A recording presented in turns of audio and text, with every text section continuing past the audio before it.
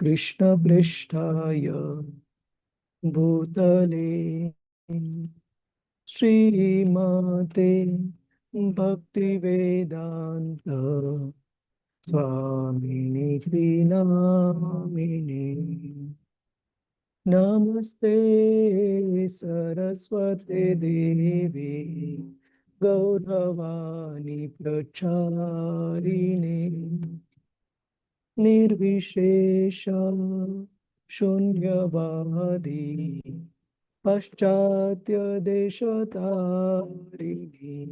जय श्री कृष्ण चैतन्य प्रभु नित्यानंदा श्री अद्वैता गदाधर श्रीवासादि गौर भक्तवृंद हरे कृष्णा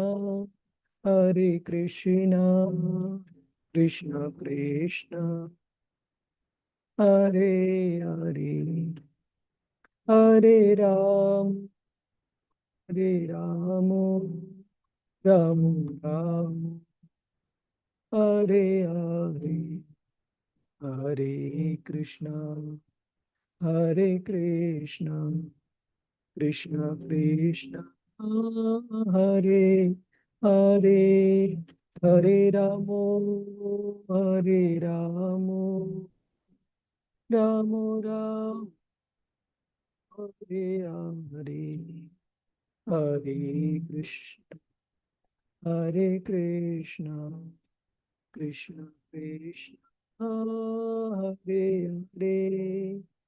हरे हरे राम राम राम हरे हरे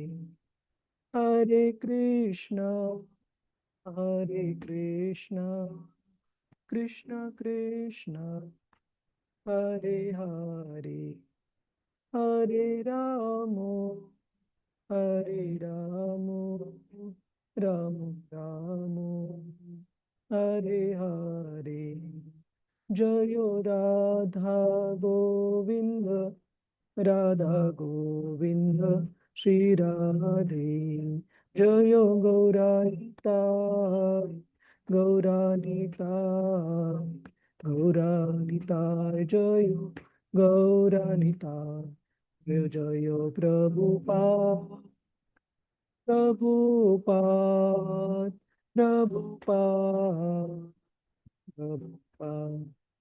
जय गुरुदेव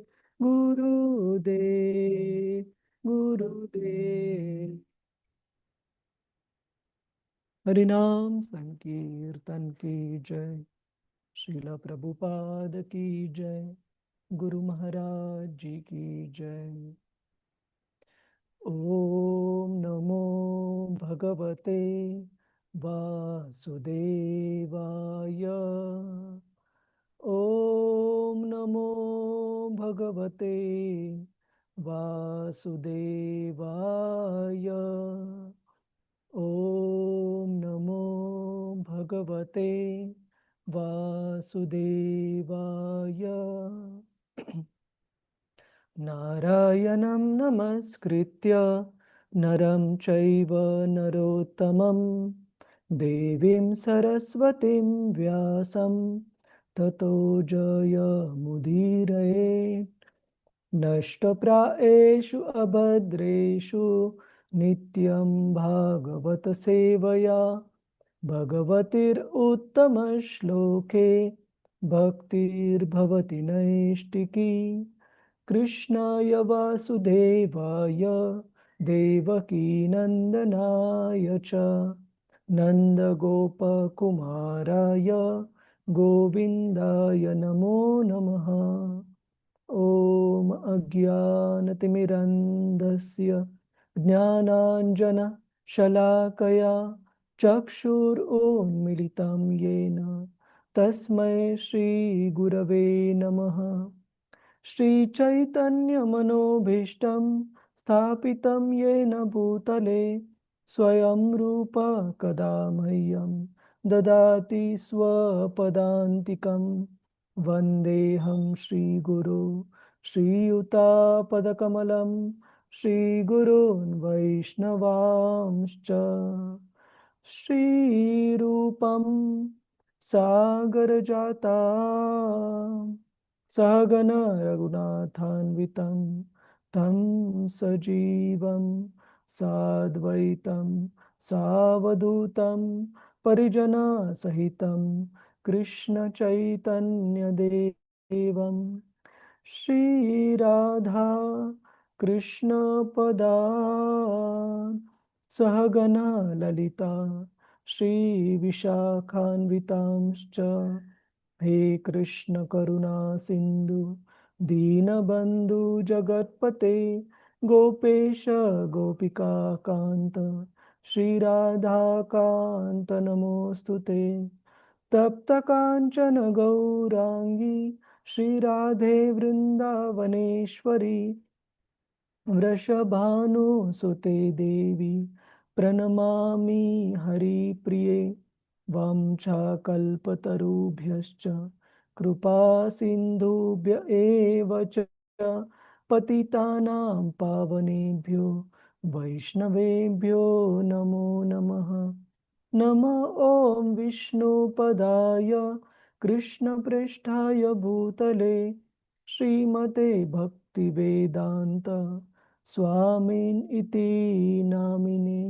नमस्ते सरस्वते देवे गौरवाणी प्रचारिणे निर्विशेष शून्यवादी पाश्चात्य देशतारिणे नमः ॐ विष्णुपदाय कृष्णप्रेष्ठाय भूतले श्रीमते भक्तिवेदान्त स्वामिन् इति नामिने नमस्ते सरस्वते देवे गौरवाणी प्रचारिणे निर्विशेष शून्यवादी पाश्चात्य देशतारिणे जय श्री कृष्ण चैतन्य प्रभु नित्यानंद श्री अद्वैत गदाधर श्रीवास आदि गौर भक्त वृंद हरे Krishna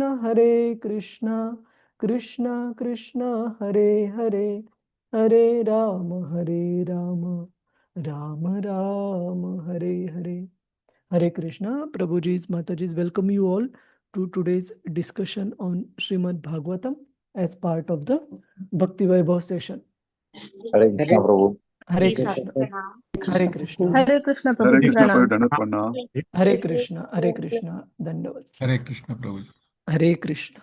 So before we begin, we would like to offer our respects to one very senior devotee in our movement, Srila Prabhupada's disciple, His Holiness Badri Narayan Swami Maharaj, who left his body from this earthly planet yesterday evening in the holy Dham of Vrindavan.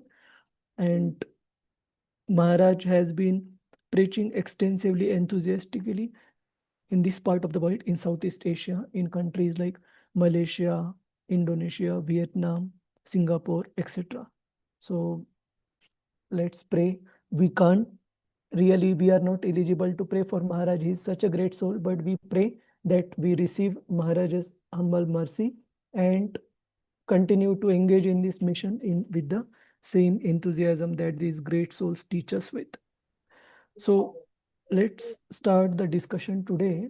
So we are in this particular section of Srimad Bhagavatam, where at the end of Canto 1, we see Parikshit Maharaj asking Shukadev Goswami two very specific questions. First question, what is the duty of people in general? And there is a subpart within the same question, especially what is the duty of a man who is about to die? So this is Parikshit Maharaj's first question to Shukadev Goswami. And second question is, what one should hear, read about, think, meditate, and what one should not hear, read about, think, meditate. And Shukadev Goswami at the beginning of second canto of Srimad Bhagavatam he takes the second question for answer first, which is what we should not think about, meditate, read, etc. That Shotavyadini Rajendra, for a person who is Graha Medi, who is on the bodily platform of life or platform of material enjoyment, there are thousands of subject matter to discuss and meditate upon. However, for a person who is engaged in devotional service at the lotus feet of the Lord, his mind is very much fixed. And then we see Shukadev Goswami, he did not want to answer about Maharaj Parikshit's question by glorifying the supremacy of devotional service as the only solution to perfect one's life. Why? Because there were multiple transcendentalists in that assembly of the sages. Not everyone was on the platform of pure devotional service. Some of them were practitioners of the Karma Kanda principles. Some of them were practitioners of the Ashtanga Yoga principle. Some of them were practitioners of the Jnana Marga path of realization. So he wanted to give bit understanding about all these paths in order to drive home the conclusion how Bhakti Yoga is the most effective, at the same time sublime and simplest of the way to perfect one's life. So then we see in the beginning of second canto in chapter 1, Shukadev Goswami specifically explaining about the Ashtanga Yoga path, that how for a Ashtanga yogi, he can also achieve the supreme destination, achieve the planet of the Supreme Lord. However, the path is much more cumbersome, and even amongst those Ashtanga Marga practitioners, Shukadev Goswami mentions two different categories. For the first category, those yogis who are attached to the path of material enjoyment in some way or other, the meditation on the Virata Rupa, the universal form of the Lord, has been recommended. And Shukadev Goswami discusses the universal form Virat Rupa in great detail as a dharanashray, as the object of meditation for such a Ashtanga yogi who still has got some attachment for material enjoyment. And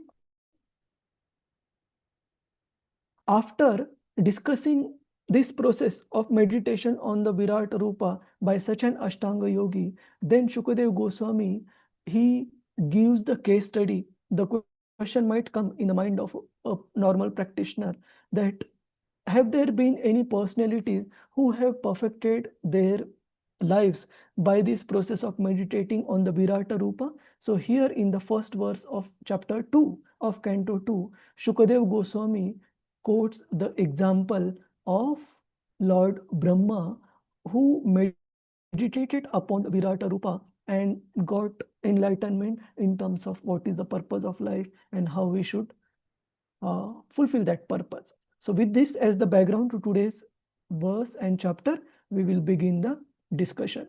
Anybody has any question on the background or the introduction that we spoke about? Hare Krishna. All right, so let's begin. And those devotees who would like to read, please keep your hands raised. We will request devotees one by one. Text 1. Please try to repeat. Shri Shuka Uvacha. Shuka Uvacha Evam Pura Dharanayatmayoner. Evam Pura Dharanaya Yonir Nashtam Smritim Pratyavarudhya Tushtat. Nashtam Smritim Pratyavarudhya Tushtat Tatha Sasarjedam Amoga Drushtir. Tatha Sarjedam Mogadrishtir Yathapyayat Pravyavasaya Buddhi.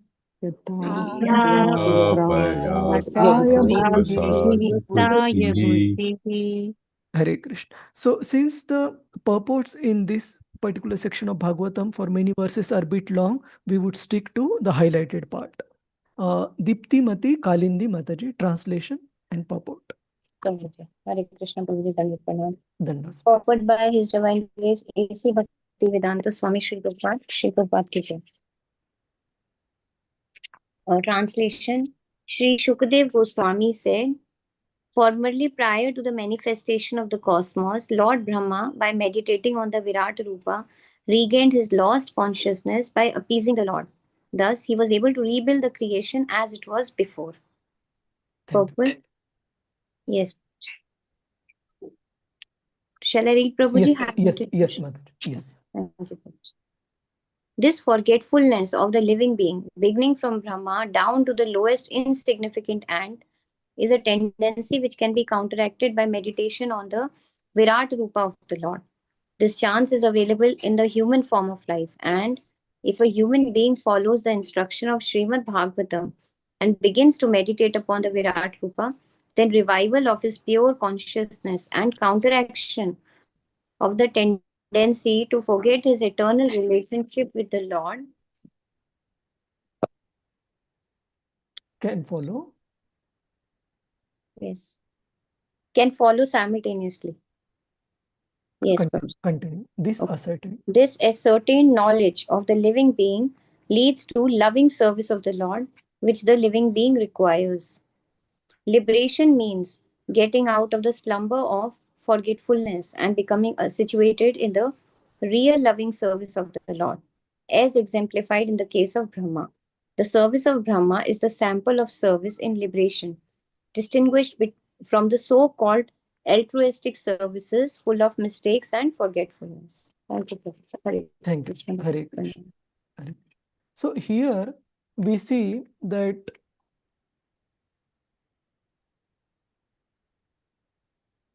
the recommendation is there in Srimad Bhagavatam to meditate upon the Virat Rupa of the Lord. However, as a devotees, we have previously studied through Srila Prabhupada's purport how the Virat Rupa form of the Lord is a temporary manifestation.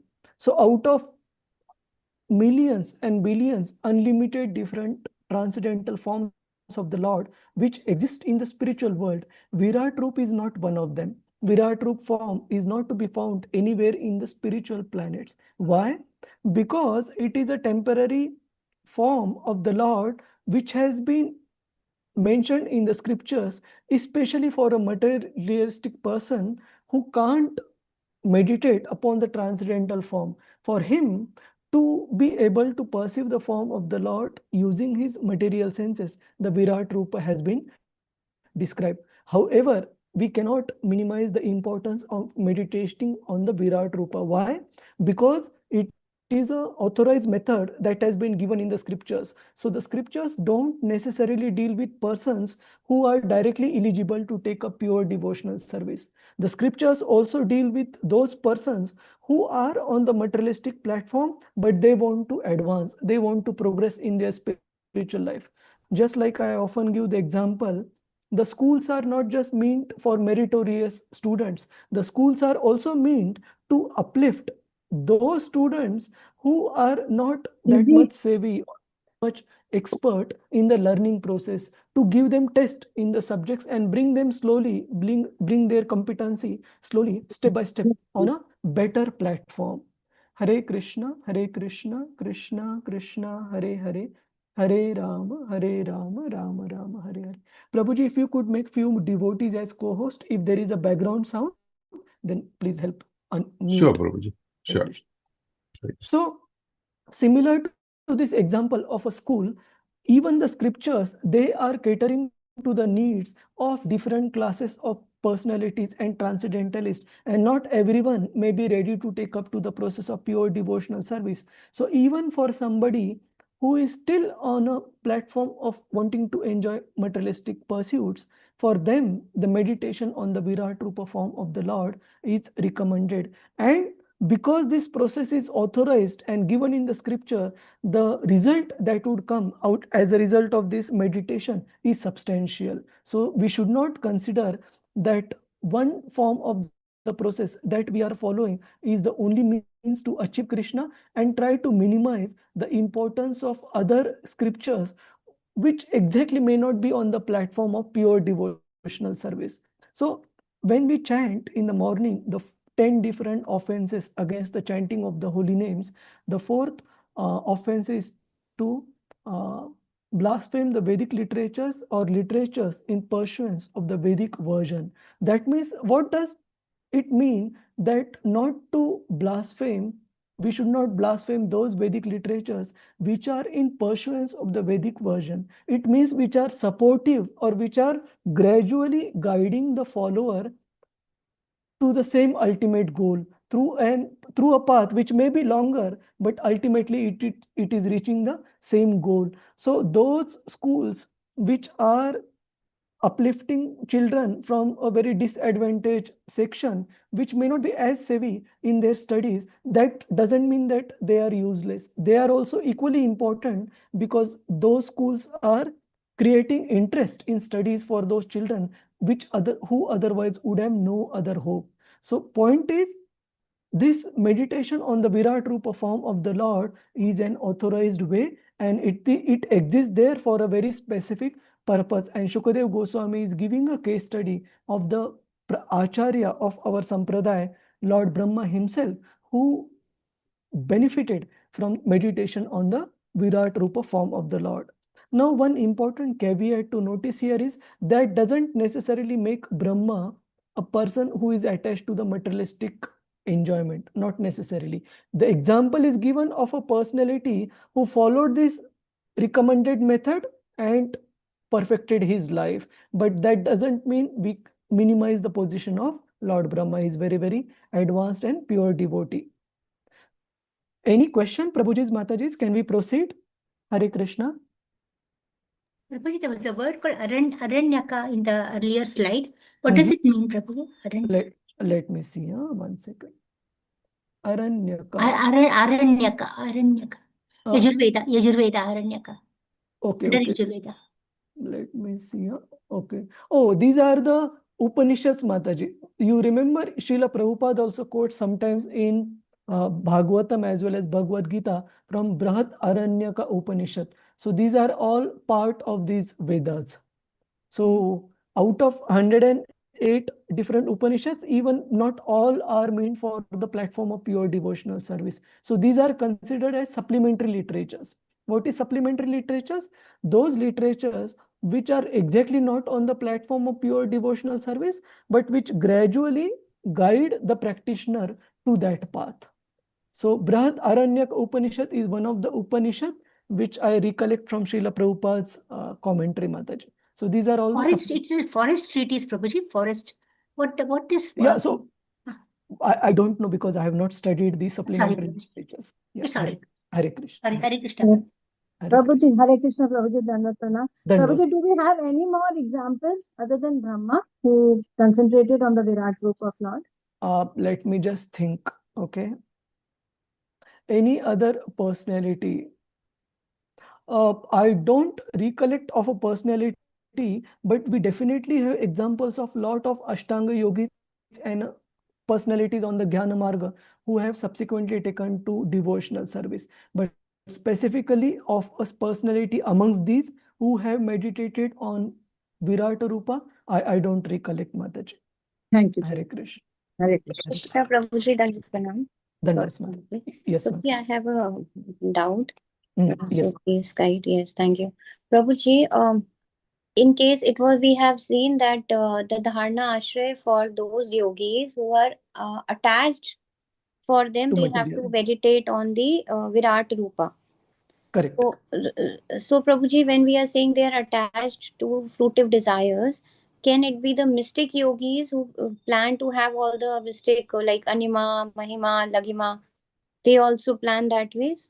That is, so definitely attachment to these mystic perfection, 8 type of mystic perfections, Anima, Lagima, Mahima, and all this, it does come on the platform of attachment to material enjoyment. So yes, Mataji.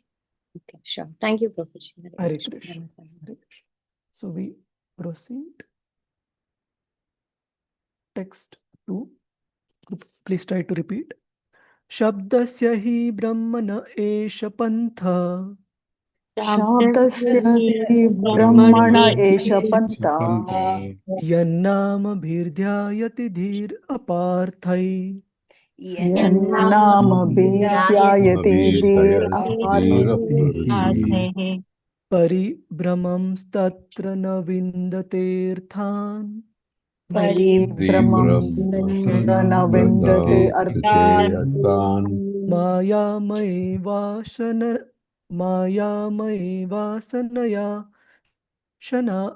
शयानः मायामनेवासनया शयानः. Hare Krishna, Sanvika Mataji. Yes, Prabhuji. Hare Krishna, Prabhuji, Dandavat Pranam. Then The conditional soul is always engaged in the laying way out. you can read the translation first. The way. Okay, Prabhuji. Yeah. The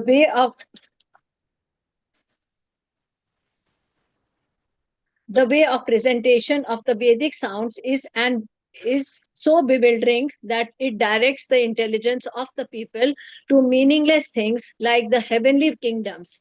The conditional souls hover in dreams of such heavenly illusionary pleasures, but actually they do not relish any tangible happiness in such places. Thank you. Thank you, Mataji. We take a pause. So here, Shukadev Goswami is explaining the fallacy of following the supplementary Vedic literatures.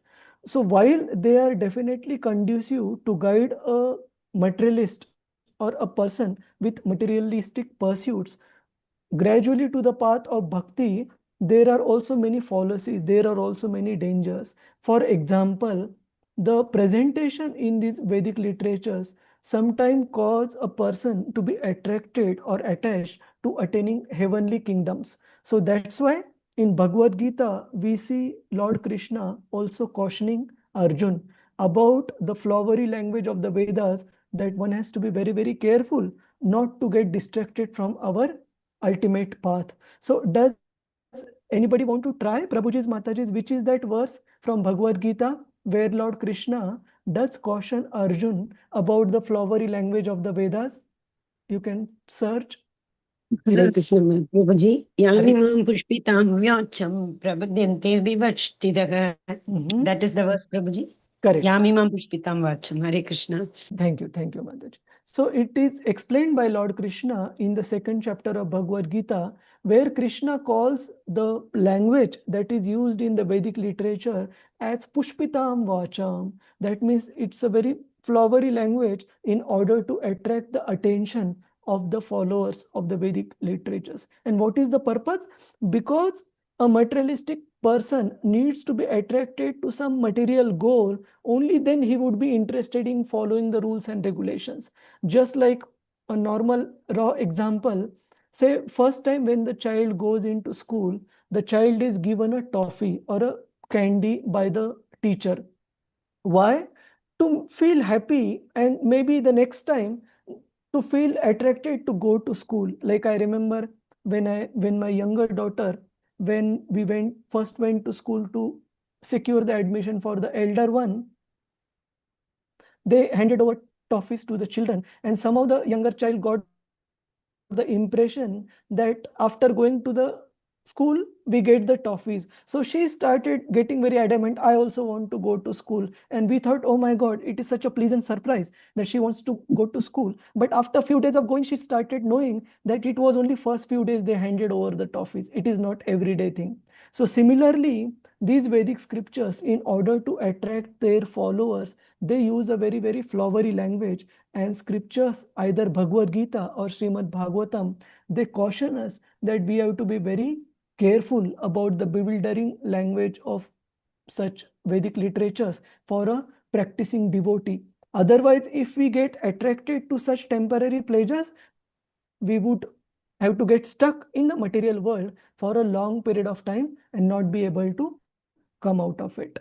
So we'll read first few paragraphs, highlighted part. Yes, Sanvika Mataji. Hare Krishna.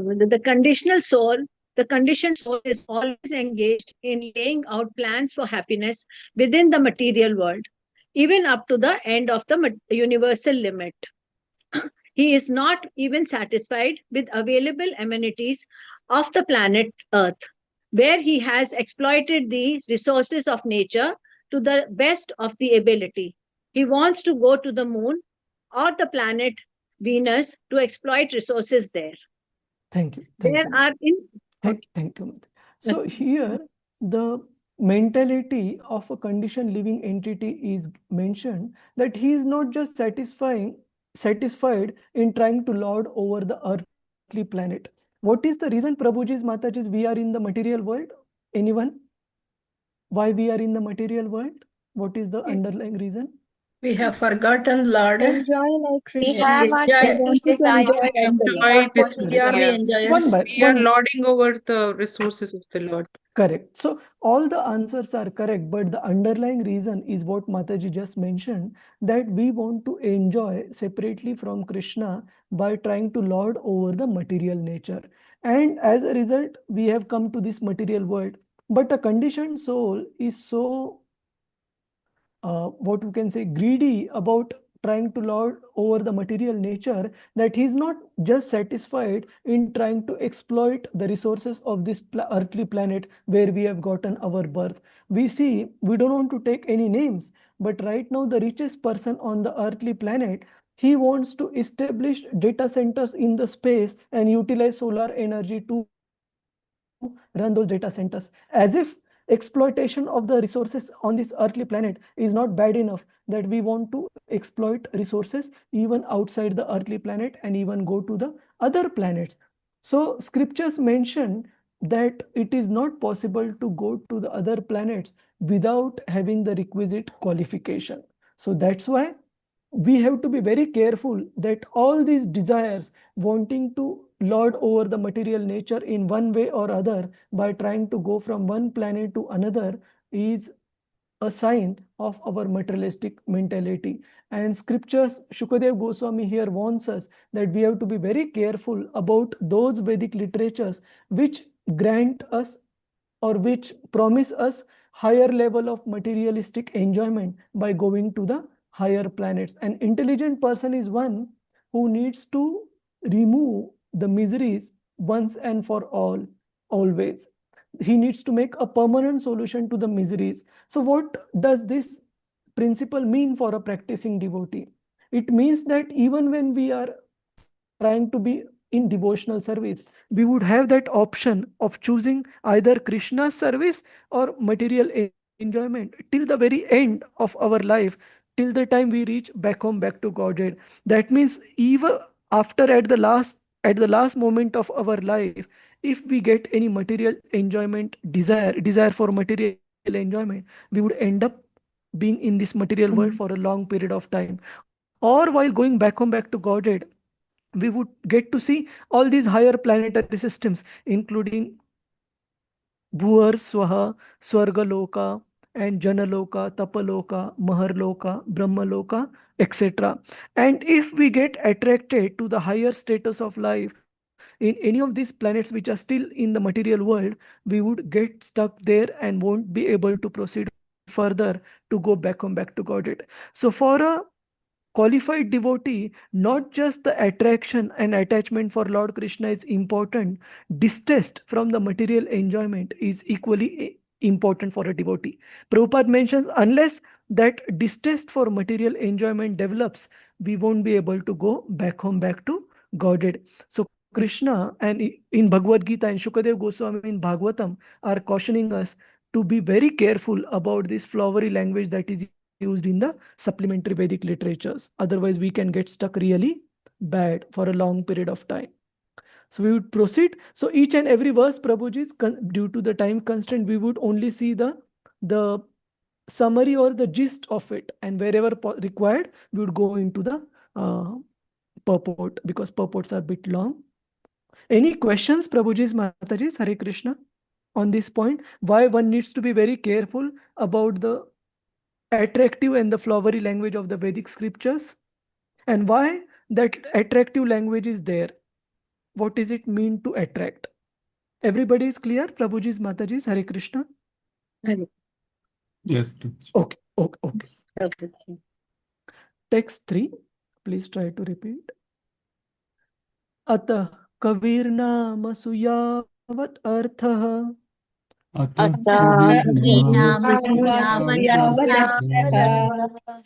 स्यात् अप्रमत्तो व्यवसाय बुद्धिः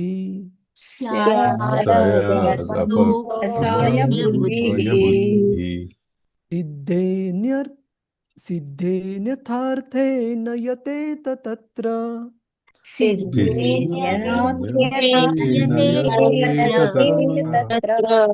परिश्रमां तत्र समीक्षमानः.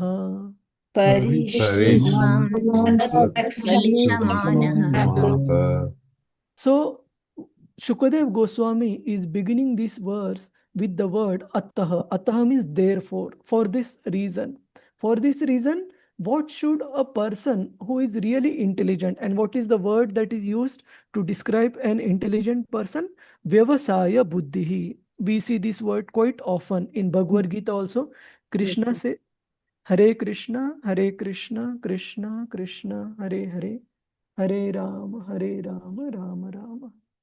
Let me make few devotees co-host. Prabhuji's Mataji's, I really need help here. Prabhuji, can you make me host, please? Mohandas Prabhu. Sure, Prabhu. But I made Please. many of them. Yeah, grade 5, 6. I really need those devotees who are being co-host to be attentive if there is any background sound. Otherwise, it is disservice to all the devotees. We can't focus. Prabhu, please make me host, please. I will make. Hare Krishna. Hare Krishna, Prabhu. Make me co-host, Prabhuji.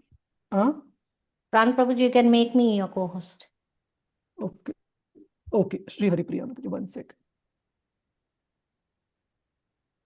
I have already made Sri Priya Mataji a co-host fine. already. Yeah. Thank you, Prabhuji. Okay.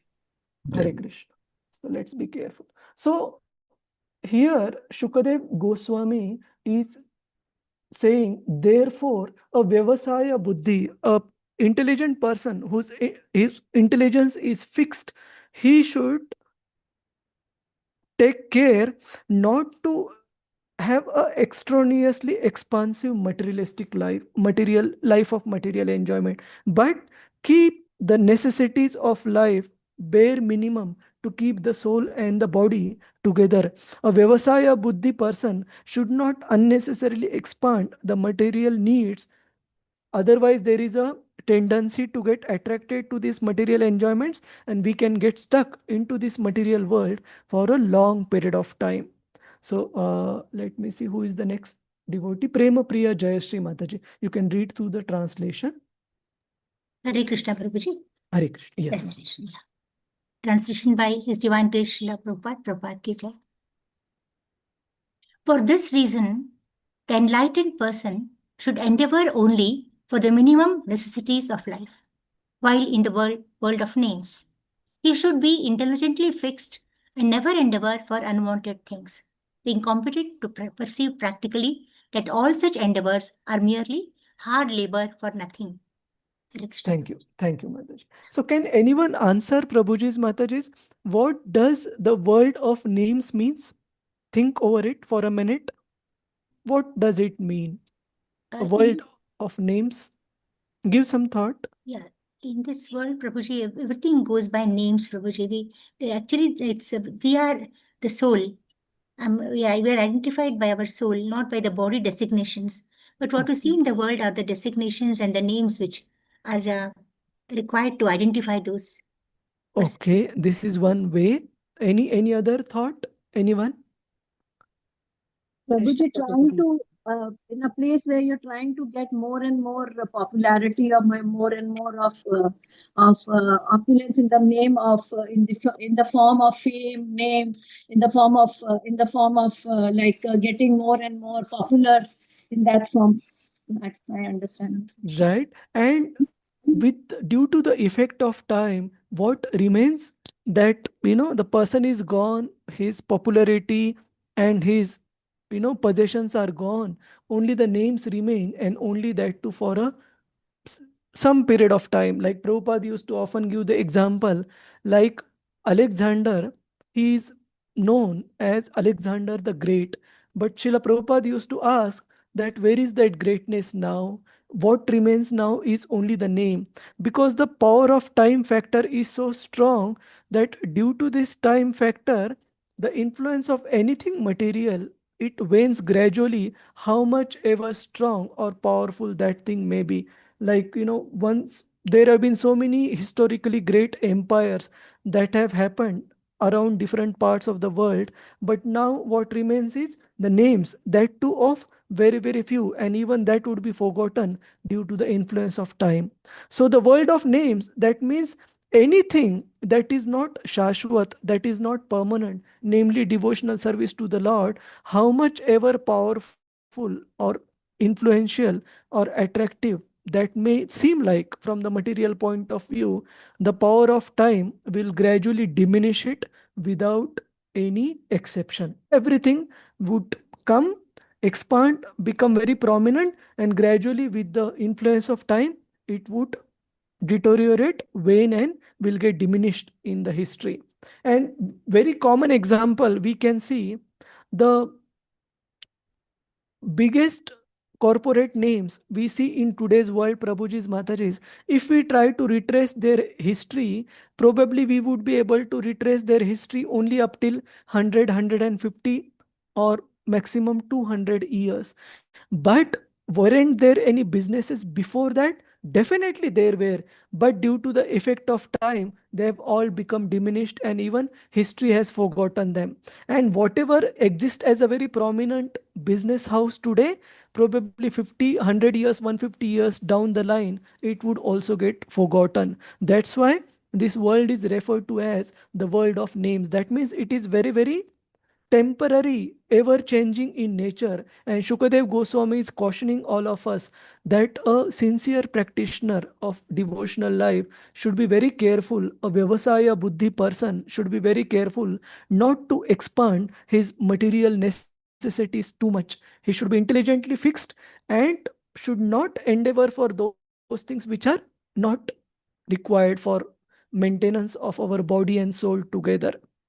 So maybe we can read the first highlighted part, yellow one, Prema Priya Mataji.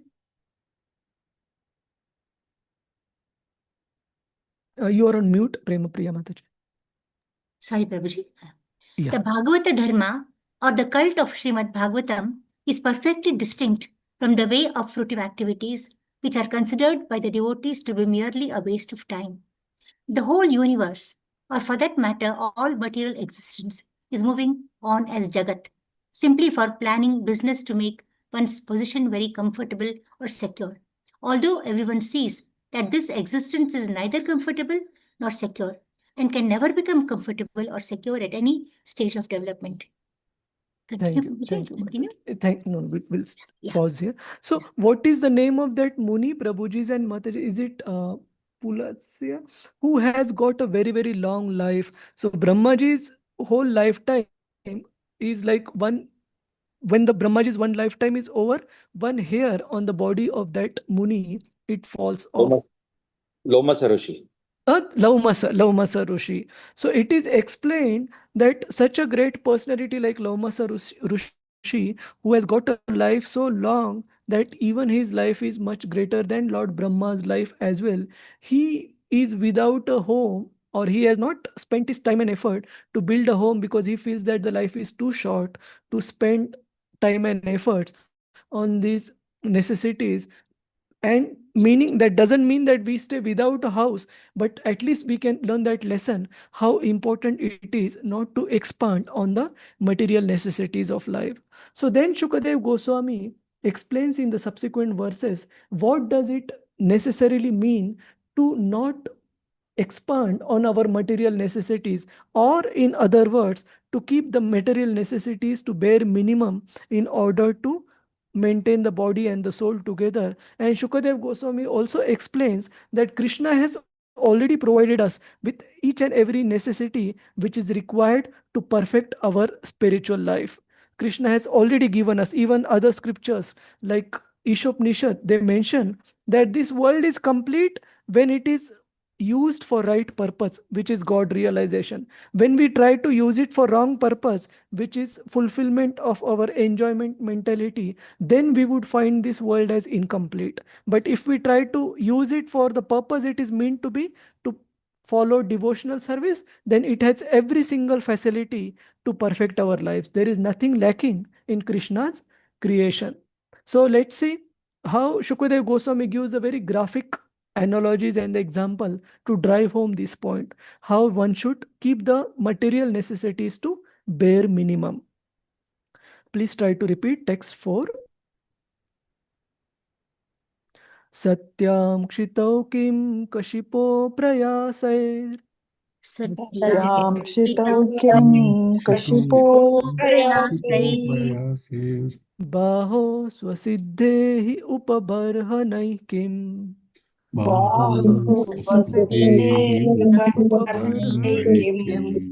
Sati anjalau kim purudhana patrya. Sati Sati anjalau Patriya.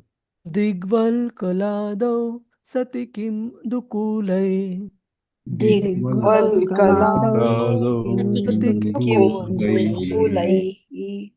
Shashi Kumar Prabhu, translation Prabhuji.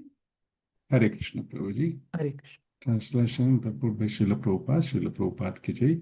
When there are ample earthly flats to lay on, what is the necessity of cots and beds? When one can use his own arms, what is the necessity of a pillow?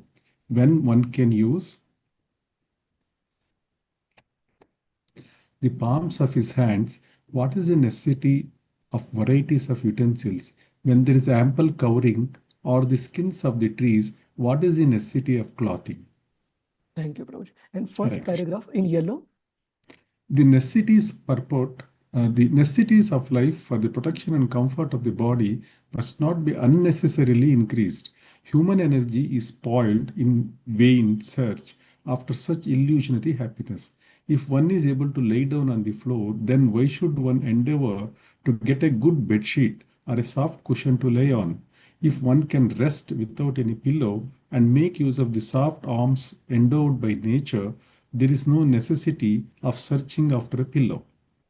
Thank you, Prabhuji. Hare Krishna. So, in order to stress the point of how one should keep the material necessities, especially one who is Vyavasaya Buddhi, who is fixed in his intelligence, Shukadev Goswami mentions that for such a person who is fixed in his intelligence, in order to advance in devotional service, he should keep the necessities bare minimum. For example, what is the need of a very fancy and extravagant bedstead when nature has given us, flat earthly surfaces to lie on? Or what is the necessity for arranging a pillow when one can simply use his own arms as a means to support the head? Does it mean that we all start maybe, giving whatever facilities we are using and try to rest on the ground and have backache next day morning and not attend Mangalarti? Not at all. See, the whole purpose of this principle of renunciation is to guide the living entity or the spirit soul towards Krishna, to take up Krishna consciousness more and more seriously. So it is not possible for us to give up the bare minimum facilities that we have been so much conditioned and used to for that long, but at least we can understand the essence that we don't need to expand our necessities beyond the requisite means. What does it mean by expanding the material necessities? Say, for example, earlier on when we were young, typically if anybody would have asked us what it would take for you to lead a very happy life, probably we could have mentioned that, okay, 10,000 rupee or 20,000 rupee job and a comfortable home and a place where we are able to be with our near and dear ones, and things would have been sufficient. But nowadays we see that the artificial demands of people have increased so much that I read in one book that when the internet in some prominent city went off for a period of time due to some national level emergency, people immediately become restless. They can't live, as if that internet is something which is like as important for our sustenance like food, clothing or shelter. So point is we should not artificially increase our demands and be dependent on those items which are not really that much. Or sometimes we see when we are traveling in a train, and when people's mobile battery is getting discharged, they become so restless, as if they are not going to get their food, or as if they are going to go without water. So this is a very practical example to see how we ourselves have increased our material necessities of life beyond the required limits, where we feel even those things which are not required for dire survival as those things without which we can't live. So Shukadev Goswami is giving these examples. Those examples will continue in the coming 3-4 verses. Any question on this particular point? What is the essence of this instruction of Shukadev Goswami, and how as a practicing devotee we need to apply it in our life? Not literally, but at least understand the essence and follow the essence. Any question? Prabhuji's, Mataji's, Hare Krishna. All right. So let us go to the next verse, text 5. Chirani kim patina shanti dishanti bhiksham. Chirani kimpatina shanti bhiksham. Naivan gripa para bruta saritopi asusyan. Naivan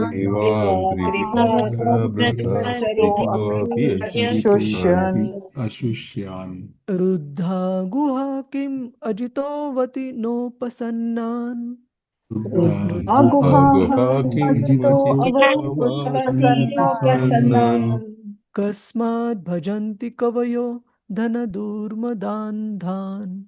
Kasmad bhajanti kavayo durmadandhan. Hare Krishna, Jyoti Mataji. Hare Krishna, Prabhuji. Translation and purport by Srila Prabhupada, Srila Prabhupada ji ki jai. Are there no torn clothes lying on the common road? Do the trees which exist for maintaining others no longer give alms in charity? Do the rivers, being dried up, no longer supply water to the thirsty? Are the caves of the mountains now closed? Or above all, does the Almighty Lord not protect the fully surrendered souls? Why then do the learned sages go to flatter those who are intoxicated by hard-earned wealth? Thank you. Thank you, Mataji. So this is a very, very powerful verse, Prabhuji's, Mataji's. Shukadev Goswami is driving his point by asking so many questions to the audience, to Parikshit Maharaj and all the audience. Like, aren't there discarded clothes available on the road? Then why do we need to work so hard to buy such expensive clothing, or have the trees which supply sumptuous amount of number of fruits, like any fruit bearing tree, we say for example mango, one tree supplies so many fruits which the whole family cannot finish in one season. So when the nature is giving, and one tree is able to give hundreds of mango seeds, by planting which we can get thousands and even much more mangoes, which the whole, probably the place won't be able to finish by itself. So when the nature is giving, it is very, very generous. It is very, very magnanimous in its giving. But despite of so many natural arrangements that have been generously arranged by the Lord, or even the rivers are available to supply the plentiful supply of water, or in conclusion, the Supreme Lord is always careful to provide all the necessities for a surrendered devotee. So Shukadev Goswami is asking the question, has that Supreme Lord stopped taking good care of his devotees, that people have to be so much insecure that they have to strive for their material necessities in a very expansive way? So the answer is no. Supreme Lord is definitely there to arrange everything required for a devotee without they having to bother for it. Like there are so many examples. Say in Chaitanya Charitamrut, we see the story of Srila Madhavendra Puri, who was such a surrendered soul, and surrendered devotee of the Lord, that one time Madhavendra Puri, when he went to Vrindavan, near the Govardhan, near the banks of the Govinda Kund, he sat in meditation, and while meditating, he lost the measure of time. It was whole day had gone, but Madhavendra Puri was still sitting there at that place, meditating upon the Lord, and feeling concerned for Madhavendra Puri that he must be hungry without having taken any food or water. Lord Krishna himself came in the form of a young coward boy and brought to Madhavendra Puri fresh cow milk in an earthen pot. And when Madhavendra Puri was presented with this offering by this coward boy, that Madhavendra Puri asked, "Who are you, my dear child?" And he said that, "Oh, sir, that my mother has sent me with this cow milk to hand it over to you, because we have observed you have been meditating, you have been sitting in the rapt meditation from early in the morning, and the whole day has gone by and you have not eaten or have not taken any fluids drink. So you must be very thirsty and hungry, and in my village nobody goes without food and water, nobody goes hungry and thirsty. So my mother has sent me with this small offering for you, please accept it." And Madhavendra Puri accepted that offering by that coward boy. And later on in the night, when Madhavendra Puri was taking rest, that the same coward boy appeared in his dream and revealed the form as Gopal, as Lord Krishna. So the point is, Krishna is always arranging every single necessity for a sincere devotee. And Krishna not just arranges it for a devotee, he arranges it even for a atheist, even for a materialist. It is not that atheists go without food, clothing, and shelter, or materialists go without food, clothing, and shelter. So Shukadeva Goswami is saying that, my dear sir, Parikshit, if Krishna is arranging everything for even common people who are not even devotees, why do you feel that Krishna will not take care of the surrendered soul? Obviously, he would take care of every single necessity for a soul that is surrendered to him. A person who is completely surrendered unto Krishna should have that conviction that Krishna will provide whatever is necessary. Is that clear, Prabhuji's, Mataji's? Any question on this? Hare Krishna. Very clear, Prabhu. So maybe we would, so I'm just being mindful of time. We will have to slightly pick up pace, but it is very important verse. So let's read through one paragraph in yellow, first one. Prabhuji, if you don't mind, Prabhuji, Yeah, excuse me if I'm wrong. Prabhuji, in the present context, yeah. How does it apply, Prabhuji? In the present context, how does it apply? Is having this faith that if we have done our required household responsibilities in terms of getting children educated and making them self-sufficient, stand on their own feet, then we should not further unnecessarily expand our necessities and attachment, but should focus our attention on what is the shashwat, what is the permanent benefit in life, which is to achieve Krishna and not expand our material necessities. Now, what is bare minimum material necessities? That may differ slightly person to person, case by case, but the principle uniformly applies. We should not unnecessarily expand our material life. That is the takeaway or conclusion.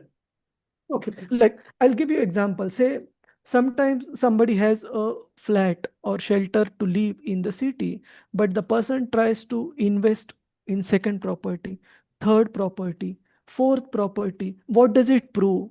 That is it all those 4 5 properties, is he going to live at one time? No. So, but those properties don't come for free.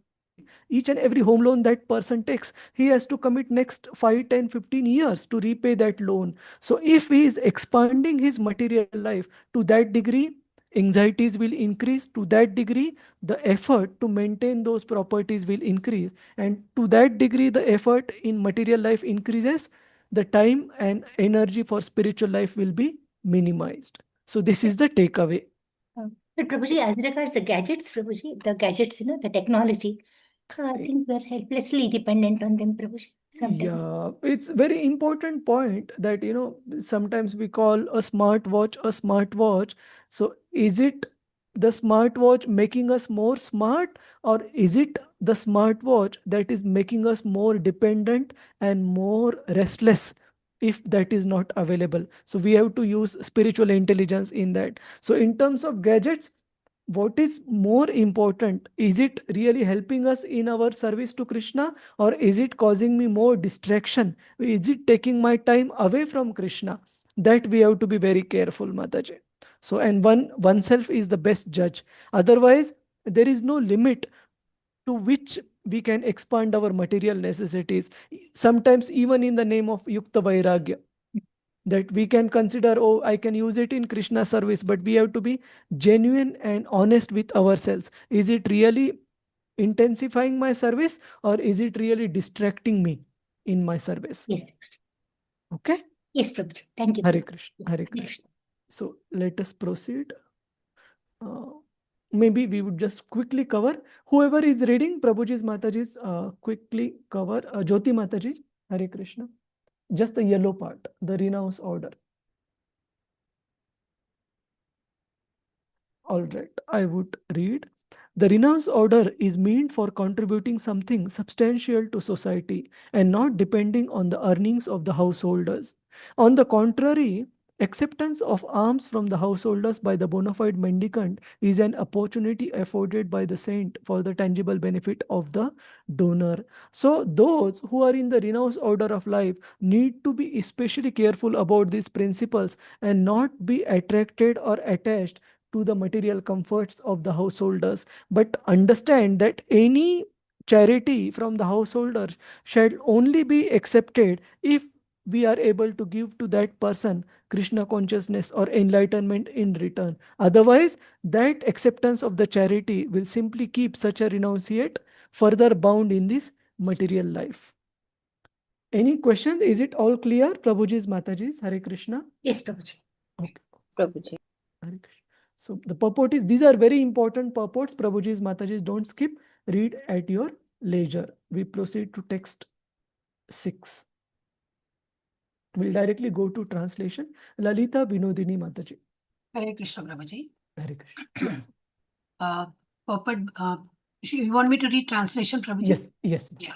Translation and purport by His Divine Grace Srila Prabhupada, Srila Prabhupada ki jai. Thus being fixed, one must render service unto the Supreme Super Soul, situated in one's own heart by His omnipotency, because He is the Almighty Personality of Godhead, eternal and unlimited. He is the ultimate goal of life, and by worshipping Him, one can end the cause of the conditioned state of existence. Thank you, Mataji. So here, the answer of Shukadev Goswami, or the flow of presentation of Shukadev Goswami, is going to the question which he had begun to answer, which was, what are the dharanashraya, what are the objects of meditation for different types of Ashtanga yogis. So in the previous chapter, he discussed the case study of those Ashtanga yogis who are at the beginning level of advancement, or who are attached to material enjoyment. Here, he is beginning to explain the dharanashraya, or object of meditation, for an advanced yogi who is not attached to material pursuits or material enjoyment. And what is that dharanashraya? Object of meditation for an advanced yogi? The super soul form of the Lord, the Paramatma. Okay, just 1 second. Yes, only the yellow and the blue part, Lalita Vinodini Mataji. You want me to read, Prabhuji? Yes. Yellow part, yeah. Yes. A conditioned soul works in the service of his temporary body, bodily relatives like the wife and children, and the necessary paraphernalia for maintaining the body and bodily relations, such as the house, land, wealth, society, and country. But he does not know that all such renderings of service are totally illusory. As we have discussed many times before, this material world is itself an illusion, like a mirage in the desert. In the desert, there is an illusion of water, and the foolish animals become entrapped by such an illusion and run after water in the desert, although there is no water at all. But because there is no water in the desert, one does not conclude that there is no water at all. That intelligent person knows well that there is certainly water in the seas and oceans, but such vast reservoirs of water are far, far away from the desert. One should therefore search for water in the vicinity of seas and oceans and not in the desert. Thank you. Thank you, Mataji. So here, Srimad Bhagavatam is guiding us that we should not create an illusion within an illusion. So what is the first level illusion in this world for each and every one of us, Prabhuji's, Mataji's? That we think ourselves as belonging to this body, as belonging to a particular community, as belonging to a specific family with a set of father, mother, husband or wife or children and other relatives and those who are in our connections. So those people or those surroundings or those circumstances we identify ourselves with, this is already an illusion. And this illusion, we don't want to grow it further by trying to get into other forms of illusion. Like say, for example, I'll give a very practical day-to-day example.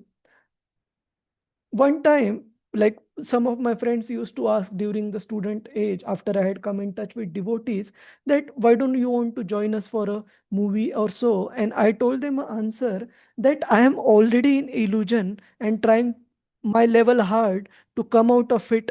And when we look at these, say for example, TV serials or cinema, movies, etc., we get into further illusion, trying to identify ourselves with that actor or actress in that particular serial or the movie, and try to imagine a life which is further illusion. So it is dream within a dream. Already one dream, we are trying to come out of it, and we want to increase that illusion further. The Bhagavatam gives the example, just like a deer getting illusioned by seeing mirage in the, where he sees as if their water exists in the atmosphere, in the air, and tries to chase that mirage in order to get that water, ultimately getting tired and losing its life in the hot desert. So Shukadev Goswami is guiding us for such a yogi who is serious about achieving perfection in his or her life. He should meditate upon the super soul form of the Lord. So earlier meditation was on the Virat Rupa form of the Lord for a specific class of yogi. Now the description is for a advanced yogi who is not attached to material pursuits, by describing the super soul. Any question, Prabhuji's, Mataji's? Are these examples clear to you, or the explanations that are being given, do they make sense, or some of it is very intangible or not, very difficult to understand? Hare Krishna. Clear, Prabhuji. This Thank is you. fine, Prabhuji. Okay. Yes, Prabhuji, understood. Okay, 1 second. Let me, because now the super soul description will start. So let me see if there is any part of the purport. Yes. Lalita Vinodini Mataji, you can read the blue and the pink part also. Yes, Prabhuji.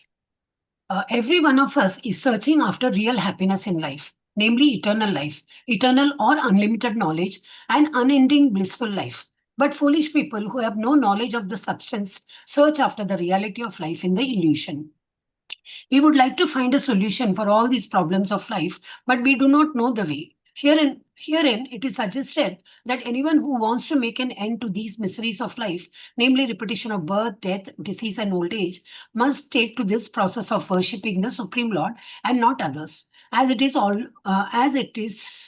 also ultimately suggested in the Bhagavad Gita 18.65. Shall I continue with the pink one? No, Mother. We'll take a pause. And in this particular purport, earlier part, we see one of the primary reasons for illusion are mentioned as one's wife, one's riches, one's relatives, etc. So is there any Vaishnava song or is there any verse that we recollect, Prabhuji's, Mataji, where it is mentioned that all this house, land, wealth, society, country, etc., how all these attachments make a person mad or in illusion? Any Bhajahu re mana, Prabhuji, Bhajahu very re mana. yes. So this is the Dhana correct. yavana, Yedana yaubana putra parijana putra parijana, ki ache ki parati ache parite. ye kamala dala jala jivana talamala bhajahu haripada nitire. So this composer, poet Govinda Das, he sings in this song Bhajahu Remana.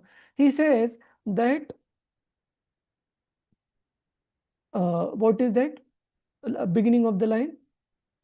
Bhajahu re mana. No. Edana yavana. Yedana Yavana, yauvana Yavana. putra parijana. That this particular wealth, yauvan, that means youth, or putra parijana, that one's children or one's near and dear ones, how long they are going to last with us. They are not with us permanently. Why?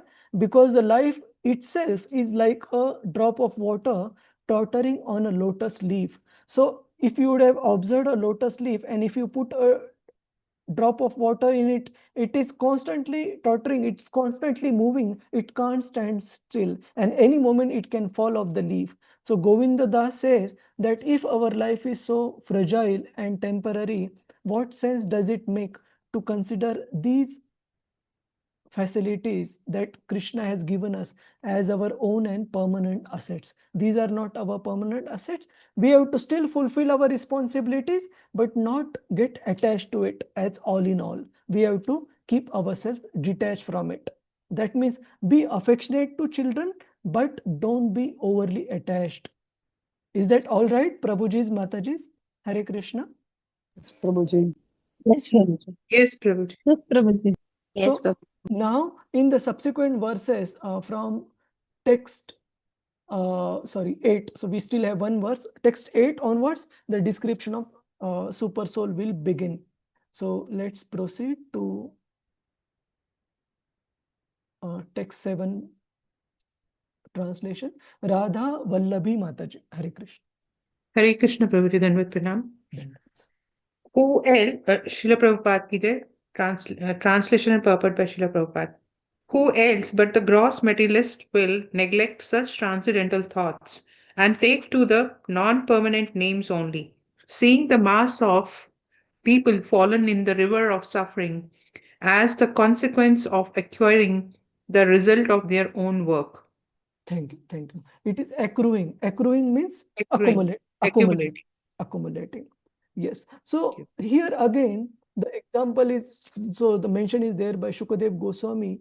Only a gross materialist would neglect this thought of not wasting our human form of life in such relative and temporary pursuits in terms of one's near and dear ones, wealth, material pursuits, etc. Because life is meant to be pursued for something that is permanent. Any verse comes into our mind, Prabhuji's, Mataji's, where it is mentioned in Srimad Bhagavatam that only a butcher would neglect pursuance of spiritual life, or one who is Atmada, who is killer of the soul, he would neglect practicing spiritual life. Every other sane, intelligent person will never neglect this opportunity to pursue permanent gain. Anybody remembers the verse? Frankly, I remember only the English translation. Even I have forgotten what is that.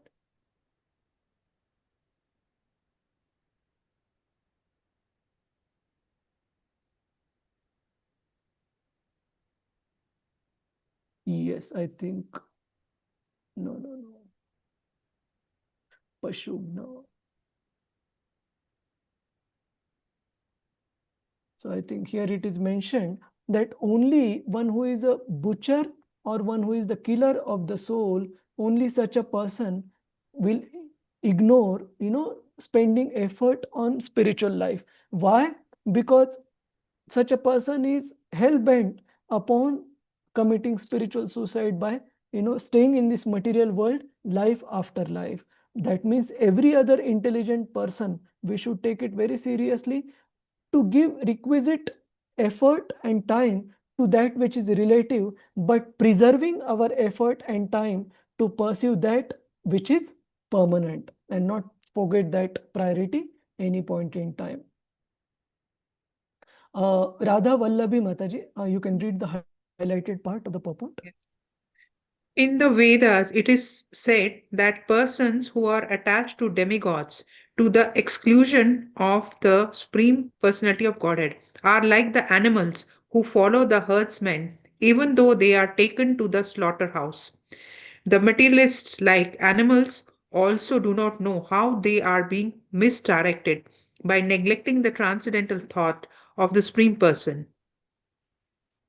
No one can remain vacant of thought. It is said that an ideal brain is devil's workshop because a person who cannot think in the right way must think of something which may bring about disaster. Thank you. Thank you.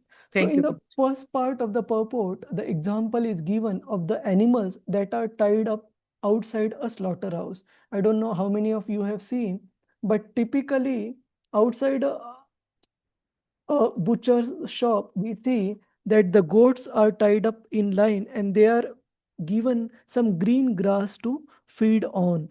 But the goats, they don't have that much intelligence that, oh, one by one, whichever goat was next to me, they are disappearing one by one. That means my turn will also be coming. So only a foolish person would enjoy the fruits of materialistic activities waiting for his death, similar to these goats. But if an intelligent person is in that goat's position, he would try to get away from that particular place as much as possible, as early as possible. Why? He won't be busy enjoying those grasses, because he would know, if I keep myself busy enjoying these grasses, my number will also be next one. So similarly, Shukadev Goswami mentions an intelligent yogi, a Vyavasaya Buddhi yogi, should be careful not to be after these relative pursuits in life, should be after permanent gains. So now, from text 8 onwards, Shukadev Goswami explains or describes this form of super soul the way he had described the form of Virata Rupa in the previous chapter. So we would go through the translation. Anybody else would like to read? If not, I would request these same devotees who have read. Vamshi Mohan Prabhu. Hare Krishna. Hare Krishna. Hare Krishna. Yes, Prabhu. Yes, text 8 translation. Others conceive of the personality of the Godhead residing within the body in the region of the heart and measuring only 8 inches with 4 hands, carrying a lotus, a wheel of chariot, a conch shell, and a club respectively. I would request you to read few more verses. So here, Shukadev Goswami is describing the description of the super soul form of the Lord. Yeah, his mouth. Yes, Prabhu. Now, yeah. Ninth. Yes. Translation. His mouth expresses his happiness. His eyes spread like the petals of a lotus, and his garments, yellowish like the saffron of the kadamba flower, are bedecked with the valuable jewels. His ornaments are all made of gold, set with jewels, and he wears a glowing headdress and earrings. Thank you, Prabhu. So we see at so many places in Srimad Bhagavatam, the description of the beautiful form of the Lord is given. It is to attract the reader to be able to conceive and meditate and fix his or her attention on the transcendental form of the Lord. Like in different languages, we see the glorification of the form of the Lord. Like in Marathi also, we have this famous song composed by Tukaram Maharaj, Sundara te dhyana ube vitevari, where Tukaram Maharaj, he describes what sort of earrings, the Makara Kundala that Krishna wears, what sort of Kaustuba mani that Krishna wears on his chest. So all these descriptions are meant to increase our attraction and meditation upon the Supreme Lord. Sometimes when we go to temple, in Srimad Bhagavatam, there is a elaborate description by Kapila Muni to Mother Devahuti how we should take darshan of the deities, right? Starting from Krishna's lotus feet, moving to his calves, then his knees, his thighs, his waist, and then going up to his chest, then arms, and then lotus face. So this is how the meditation should be on the, or this is how the darshan should be taken of the transcendental form of the Lord. And sometimes it happens that when we take people to temple, they are appreciative of the grandeur of the temple, that see how magnanimous it is, the red stone is used in the construction of this temple, or see how big the windows are, how nice and elegant the floor is, how intricate the designs are. This is all good, but more important than that is that personality who are the primary resident of that particular place, namely the Supreme Lord. How closely and lovingly and attentively we are observing the form of the Lord. Like, say, for example, if we ask a very simple question, now don't get stumped. Even sometimes it may be difficult, even for me or anybody else, to remember. But if I ask a simple question, which color dress were Sri Radha Govindaji wearing in Mangalarti earlier this morning? How many of us we would be able to answer?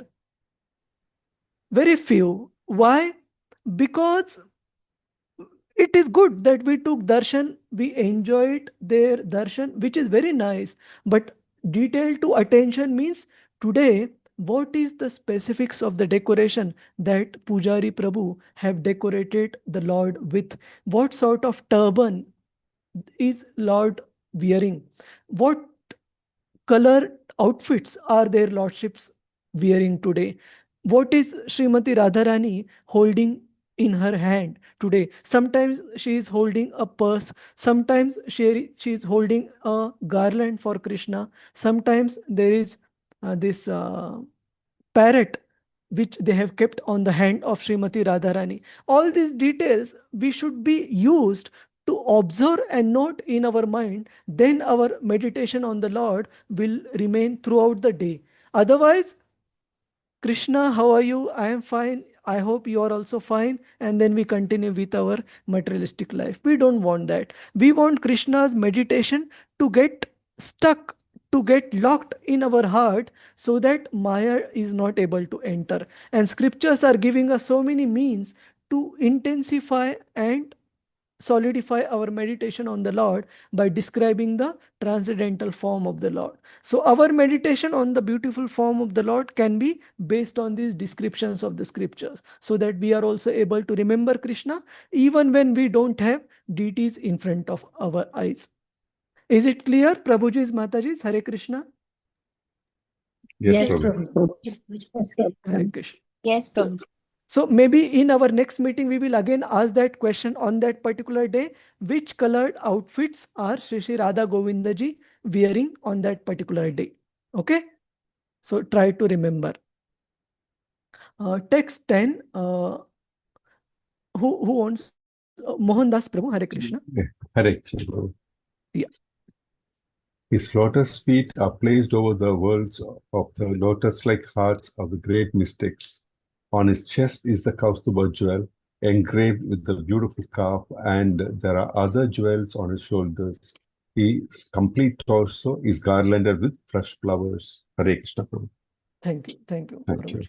So here it is mentioned that the Kaustuba jewel that Lord wears on his chest is engraved with a beautiful calf.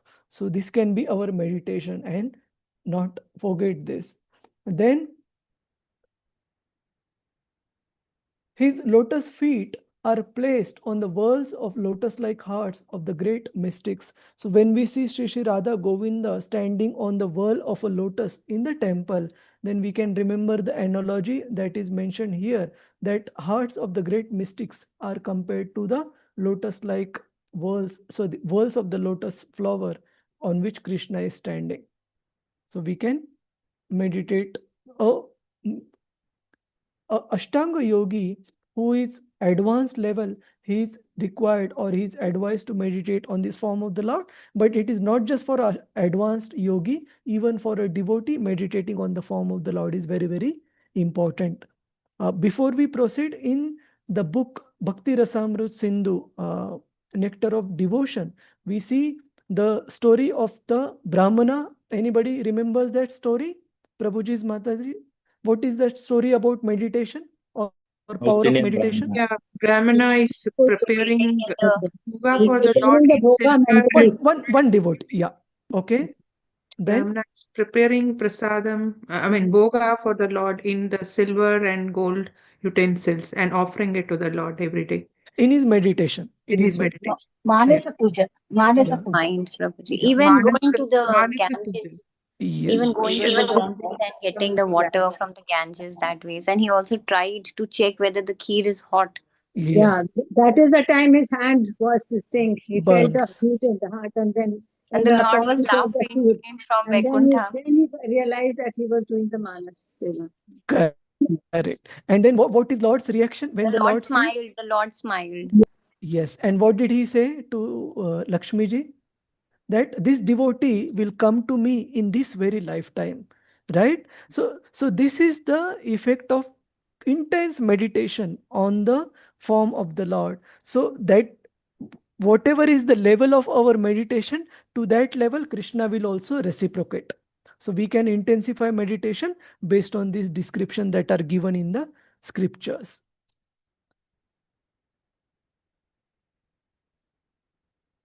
Oops. Hare Krishna, Prabhuji, that would pranam. Sorry, can I take Yes. one? Yes. Prabhuji. That time also when you mentioned about that, that is a very powerful verse. And again, the same thing is appearing. So when you were explaining, no, so Maharaj Yudhishthir's renunciation came into my mind, how he was really, how we have to be dependent. No, it was mentioned there why you have to worry, because the Lord is the protector he, to the surrendered souls. So even Maharaj Yudhishthir had renounced everything, not even depending upon his brothers, which actually gave him fearlessness. But even, I mean, I was just thinking, when are we going to become or attain such kind of a fearless stage? You know, we are always fearful of the material anxieties, Prabhuji. Even though we are trying, because we are trying, but yes, we are not at that stage wherein we can say, because in the subtle stage, you know, in the subtle form, it is there. Even though we can say, okay, we are depending upon the Lord, we are actually truly, but in the subtle, you know, in the consciousness, we never know, because the situation will bring it out that time. Yeah. Yes, we are depending upon the Lord while still holding on to our attachments. Exactly. So, Yes. you know, Krishna, I love you, but I still love my material attachments also. So, Krishna says, okay, I love you too, but you have to slowly get detached from the material attachment. To that degree, I would also love you. That is what Krishna says.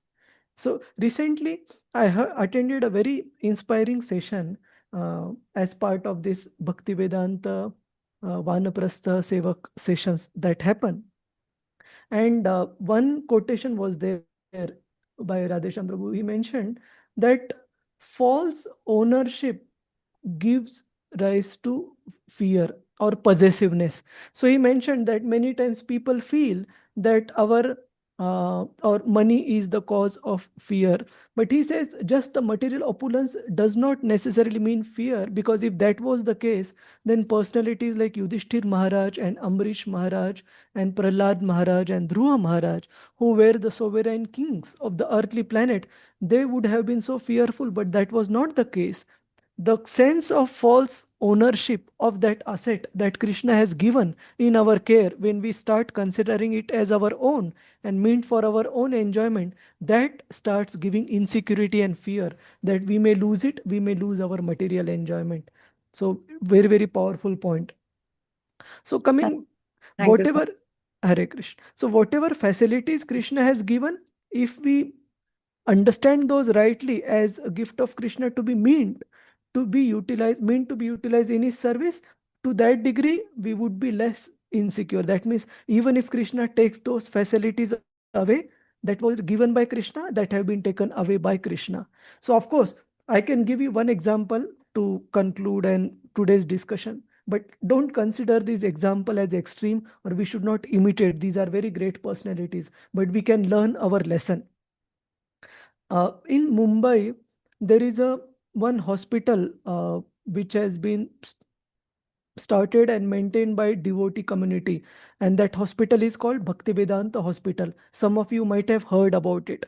It is in Mira Road. Yes, Prabhuji. Yes, So Prabhuji.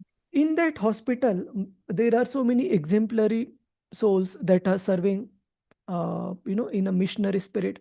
And one out of that personality is a very nice practicing devotee. His name is Vishwaroop Prabhu, His Grace Vishwaroop Prabhu. So this particular devotee had daughter, who by Krishna's inconceivable arrangement, this child, when she was born as a autistic. I hope I'm pronouncing the name correctly. She was born as an autistic child, which means child with a special need, special help that are needed. And Prabhuji and Mataji, father, mother, both took care of the child with so much love and affection. And in such a state as well, she grew as a great devotee child in this devotional atmosphere. And recently, maybe around 1.5 years, 2 years ago, due to Lord's inconceivable arrangement, because her health was very fragile, she happened to contact an ailment because of which the health deteriorated. And despite the best medical attention and care, the child, she passed away at the age of 14. And next day to this mishap, Prabhuji was back to hospital rendering his service. So his realizations were profound. He said, भगवान का gift को क्या कहते हैं? What do we call in Hindi? उपहार. उपहार. पुरस्कार. या भगवान की भेंट या उपहार था ये बच्चा. पुरस्कार. हाँ, जिन्होंने ये हमारे जीवन में दिया. What ever gift Krishna gave in our life, now he has taken that gift away. So definitely, as a father, his heart would be crying in separation from the child, but his service to the Lord is still not getting impacted. So point is, this is the mood of a devotee, that when Krishna gives them something, neither they are overly rejoicing nor they are overly lamenting when that thing is being taken away from Krishna. They do understand this is a gift that is given by Krishna, and we have to play our part to render the requisite service and fulfill the responsibilities. But if for some ABC reason Krishna does take any gift away, we should not be in a complaining mood, complaining mentality. Is it clear, Prabhuji's, Mataji's? Yes, Prabhuji. Hare Krishna. Yes, Prabhuji. So maybe Prabhuji, His Grace Vishwaroop Prabhuji visits here also, no? Yeah, he has yes, visited here also in BCC very temple. inspiring. And when I Yes, Prabhuji. saw that video of that girl, 14-year-old girl, passing away in the hospital bed, and in what supreme consciousness she left her body, with devotees around chanting for her, altar of the Lord in front of her, I was so moved. And I was specifically observing the face of Vishwaroop Prabhu. What a father must be feeling, who has cared for the child day in and day out for all that 14-year period of time, seeing that child. But he was happy that, while she was in that body, she had to face so many inconveniences. But now Krishna has relieved her from that difficult life, and we hope that he accepts our service, whatever we could render toward this devotee, towards this child. So that is the mood of an advanced devotee. Prabhuji, whatever the medical science has gone ahead, it is very difficult to diagnose autism inside in the womb. So that's another one thing. So whatever we do the tests, whatever we are doing the all genetic test during the pregnancy, but still we are not able to, because it is not a genetic problem, it's a developmental problem which happened in autism. So what are things within Lord's hands also cannot be found out by any diagnosis of the medical science also, Prabhu. Thank you. Yes, Mataji. Hare Krishna. So we would read through the translation of remaining 2 verses. Okay. Gayatri, Mataji. Hare Krishna. You can read both translation. Hare Krishna, Prabhuji. For the reason there is an authentic... The Lord's magnanimous. Oh, Hare Krishna. Translation by Srila Prabhupada ki jai. The Lord's magnanimous pastimes and the glowing glazing of his smiling face are all indications of his extensive benedictions. One must therefore concentrate on this transcendental form of the Lord as long as the mind can be fixed on him by meditation. Thank Continue, you. Prabhuji. You can just read the yellow part. Okay. For this reason, there is an authentic statement in the Bhagavatam regarding the positive concentration of the mind on the factual form of the Lord. Hare Krishna, Prabhuji. Thank you. Thank you, Mother. So what does it mean by positive concentration or positive engagement for the mind? It means that if we don't train the mind in meditating on the form of the Lord, invariably mind will get into meditating on something which is not conducive for spiritual life, which is not conducive for spiritual advancement. So if we want to not let mind get distracted with unnecessary things, obstructive things, we need to train it to meditate upon the positive. We need to give it positive engagement. Then it would help in advance in spiritual life. And last translation today, Gayatri Mataji, please continue. Hare Krishna, Prabhuji. Yeah. The process. 1 second. Translation by Srila Prabhupada, Srila Prabhupada ki jai. The process of meditation should begin from the lotus feet of the Lord and progress to his smiling face. The meditation should be concentrated upon the lotus feet, then the calves, then the thighs, and in this way higher and higher. The more the mind becomes fixed upon the different parts of the limbs, one after the other, the more the intelligence becomes purified. There are authorized descriptions of Vishnu forms, and there are authorized Hare Krishna representations. Hare Krishna. Where is it? Here, left side, top. Okay. Representations of deities in the temples. Thus, one can practice meditating upon the deity, concentrating his mind on the lotus feet of the Lord, and gradually rising higher and higher up to his smiling face. Thank you. Thank you, Mataji. Hare Krishna, Prabhuji. Hare Krishna. So here as well, while Shukadev Goswami describes the process of meditation for a Ashtanga yogi who is advanced, meditate on the supersoul form of the Lord, it equally is beneficial and applies to devotees as well. So with this, we would conclude our discussion today. Prabhuji's, Mataji's, apologies as we had to skip several sections of the purport, but considering the time limitation, we could cover the gist and the flow. So I would request you not to skip any of these parts in your leisure. Try to go through each and every line of the purport. Hare Krishna. Is there any question, comment or thought? Prabhuji's, Mataji's, anybody wants to share? Hare Krishna. All right. So this time, Gaur Purnima festival is coming on Tuesday, and it's a very, very fortunate that exactly as during the birth of or during the appearance of Sri Chaitanya Mahaprabhu, there was a lunar eclipse. This time also on Tuesday, there is a lunar eclipse. So we should all take full benefit the way Navadvip Vasis had taken during the appearance of Chaitanya Mahaprabhu. By meditating on the Lord, engaging in different forms of devotional service, the way Shukadev Goswami is teaching us. Hare Krishna. So thank you all very much. Hare Krishna, Prabhuji. Hare Krishna, Prabhu. Prabhuji, I have a query. Yes, Mataji. Yes, Mataji. Hare Krishna, Prabhuji. Wait. Can I speak, Prabhuji? Yes, Shri Hari Priya Mataji. Prabhuji, as Dhritarashtra was materially attached and Vidura had to literally drag him out. So when he went to the north and did the yoga, Ashtanga yoga he would have done, and that in that particular kind of meditation he would have also meditated on the Virat Swarup of the Lord only, right? We can speculate, probably. Yes.